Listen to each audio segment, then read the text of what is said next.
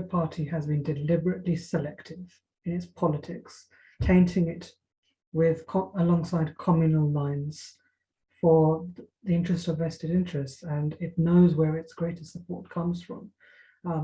And any argument that is contrary to that risks upsetting the Islamists who want only one narrative to be propagated, which is that India is a fascist state, that Modi is a fascist state, that the BJP and the RSS are its foot soldiers, essentially.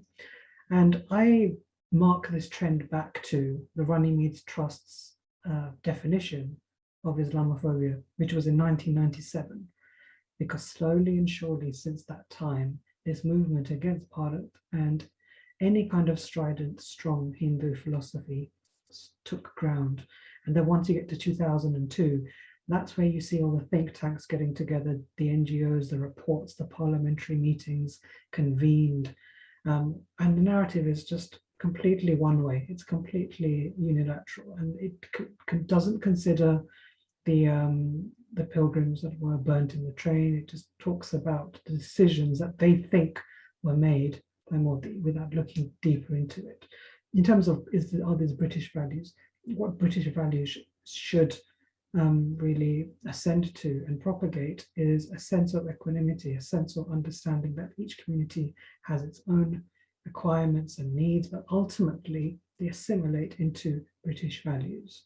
Because if you're born in this country, you may think to yourself, what on earth are British-born Sikhs doing, waving the flag for the Khalistani cause when they weren't even born in 1984? And I've met many of these people. And the only way that this is being propagated and spread is a nexus of funding, of NGOs, of think tanks, which want to feed the same negative imagery of victimhood. And the problem is that what India fails to do time and time again is to combat that narrative in an aggressive fashion. I think when it comes, sorry, go on. No, please go on. Yeah, so what I was going to say was that, and the only time, and it is quite telling, where they have amped up all of their rhetoric and their efforts is since 2014. So that's the problem, because of when Indians were quiet, when they were playing ball, when they were listening to the left-wing intelligentsia, there were no complaints, even except for things like Babri Masjid and stuff like that. And then the minute Modi comes into the fray and he speaks nothing but peace, suddenly this powerful apparatus comes into being, and it is so spread over the world, over the West, that one just, it boggles the mind. In the case of The Guardian, The Independent, look, these organizations that are begging for money, for them headlines and clickbait is vital. But when you actually read the commentary, there's a very mendacious, evil tone to their language. They're not interested in human rights.